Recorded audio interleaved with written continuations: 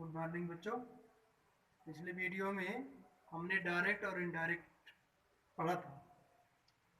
Direct indirect का topic समाप्त हो गया है। अब अगला आपका टॉपिक सिंथेसिस है।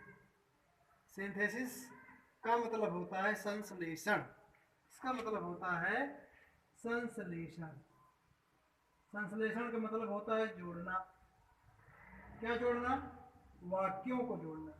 इसमें दो या दो से अधिक वाक्यों को जोड़कर एक सिंपल सेंटेंस, कंपाउंड सेंटेंस और कॉम्प्लेक्स सेंटेंस बनाते हैं।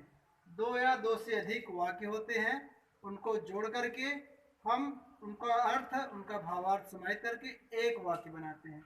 वो वाक्य चाहे आपका साधारण वाक्य हो, कंपाउंड का मतलब चाहे संयुक्त वाक्य हो, और चाहे कॉम्प्लेक्स का मतलब मिश्रित वाक्य हो। तो इतना आपका क्लियर हुआ कि दो या दो से अधिक वाक्यों को जोड़ करके एक सिंपल सेंटेंस, कंपाउंड सेंटेंस और कॉम्प्लेक्स सेंटेंस बनाते हैं। तो हमको इस सिंथेसिस में ये तीनों सेंटेंस पढ़ने हैं। सिंपल को भी पढ़ना है, कंपाउंड को भी पढ़ना है और कॉम्प्लेक्स को भी पढ़ना है। तो सिंपल सबसे पहले आपको हम पढ़ा रहे हैं।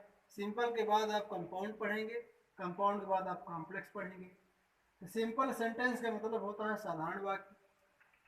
साधारण वाक्य को बनाने के लिए कितने नियम हैं यहाँ पर दिए गए हैं? 7। नॉमिनेटिव एब्सोल्यूट फ्रेज के द्वारा, पहला नियम इसका है नॉमिनेटिव एब्सोल्यूट फ्रेज के द्वारा।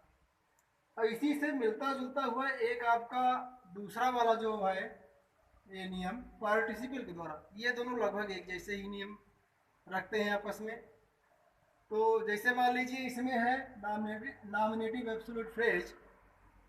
इसमें जो हम शुरुआत करेंगे, इसमें हम पहला तो है कि आईएनजी फॉर्म लगाएंगे। दूसरा है वर्ब की थर्ड फॉर्म है या सेकंड फॉर्म है तो हैविंग प्लस वर्ब की थर्ड फॉर्म कर देंगे। अगर मान लीजिए पहला वाक्य आपका पैसिव वॉइस है। पैसिव वॉइस का मतलब होता है बच्चों जब वाक्य में इज एम वाज वेयर के बाद वर्ब की थर्ड फॉर्म लगी हो, जिसे was written, the letter was written. अब वाज रिटन, वाज भी लगा है, वर्ब की थर्ड फॉर्म भी है, तो ये पूरा पैसिव वॉइस है। पैसिव वॉइस का वाक्य अगर रहेगा तो उसे हम having plus been plus verb की थर्ड फॉर्म चेंज करेंगे। ये नॉमिनेटिव एब्सोल्यूट फ्रेज के द्वारा हुआ। दूसरा है पार्टिसिपल के द्वारा। पार्टिसिपल का मतलब होता है, एक तरह से जान लीजिए, जब आपको एक वाक्य को बताए, ये कर्ता को बताए कि कर्ता है आपका ये कार्य कर रहा है, कार्य जारी हो गया है कि कार्य बंद हो गया है, कार्य कब चालू हुआ, ये सब पार्टिसिपल के द्वारा लगते हैं। पार्टिसिपल 3 प्रकार के होते हैं, प्रेजेंट, पास्ट और परफेक्ट। प्रेजेंट पार्टिसिपल में वर्ब की आईएनजी फॉर्म आती है, पास्ट पार्टिसिपल में वर्ब की थर्ड फॉर्म आती है, और परफेक्ट पार्टिसिपल में आती है having plus been plus verb की थर्ड फॉर्म। ये इसमें आता है। इन्फिनिटिव के द्वारा, इन्फिनिटिव का मतलब होता है कि वर्ब की फर्स्ट फॉर्म के पहले टू लगाने पर इन्फिनिटिव बनता है। जैसे मान लीजिए रीड है, वॉक है, राइट है, तो इसके बाद टू लगा दीजिए। To read, to write, to walk, to swim, to sleep. To लगाने पर ये पूरा आपका जो शब्द होता है ये इन्फिनिटिव बन जाता है। इसके माध्यम से हम वाक्य को बनाते हैं सिंपल।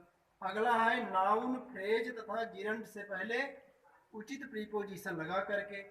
नाउन संज्ञा हो गई, फ्रेज का मतलब होता है वाक्यांश, वाक्य का अंश। ये फ्रेज जो होता है इसका अर्थ अपने आप में पूर्ण नहीं होता है, ये किसी वाक्य में जुड़ करके अपना वाक्य पूरा करता है, अपना अर्थ पूरा करता है। कहने मतलब ये आश्रित है। जिरंड का मतलब होता है आईएनजी फॉर्म, वर्ब की फर्स्ट फॉर्म के पहले आईएनजी लगाने पर जिरंड बनता है। इससे पहले उचित प्रीपोजिशन लगा करके। प्रीपोजिशन मतलब होता है जो प्री माने पहले, पोजीशन माने हालत, स्थिति बता दे, जो संज्ञा सर्वनाम के पहले लग करके उसकी स्थिति बता दे, वही प्रीपोजिशन। तो इसके द्वारा हम सिंपल भी बनाते हैं। इसका भी नियम आपको बताया जाएगा केस इन अपोजिशन के द्वारा।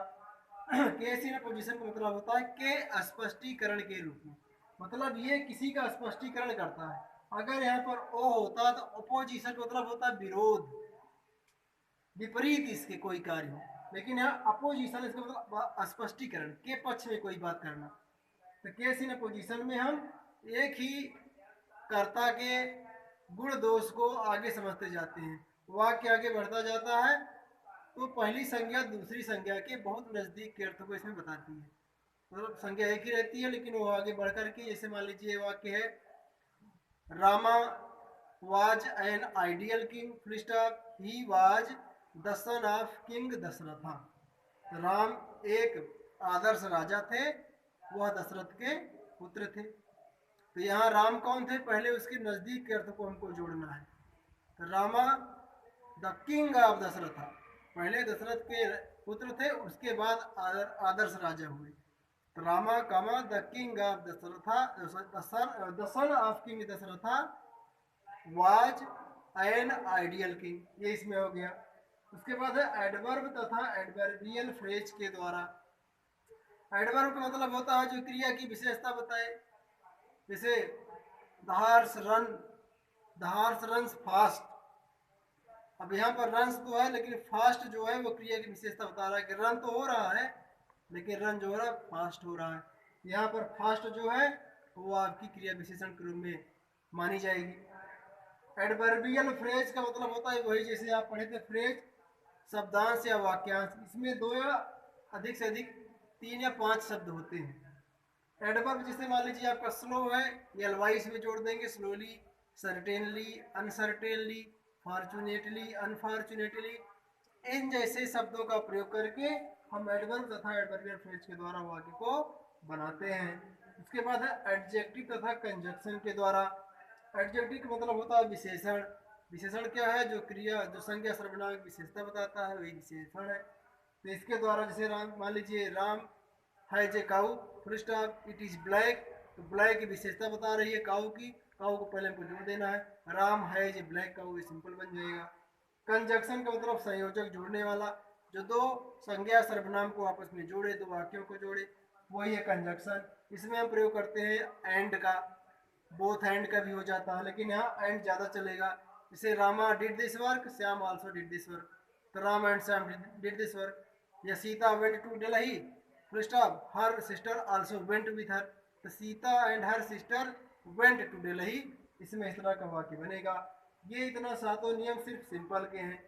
सिंपल में आपको एक एक करके हम एग्जाम्पल बताएंगे, आप लोग ध्यानपूर्वक इसको पढ़ते चलिए, लगाते चलिए। जो भी प्रॉब्लम होगी इसको बाद में डिस्कस करेंगे।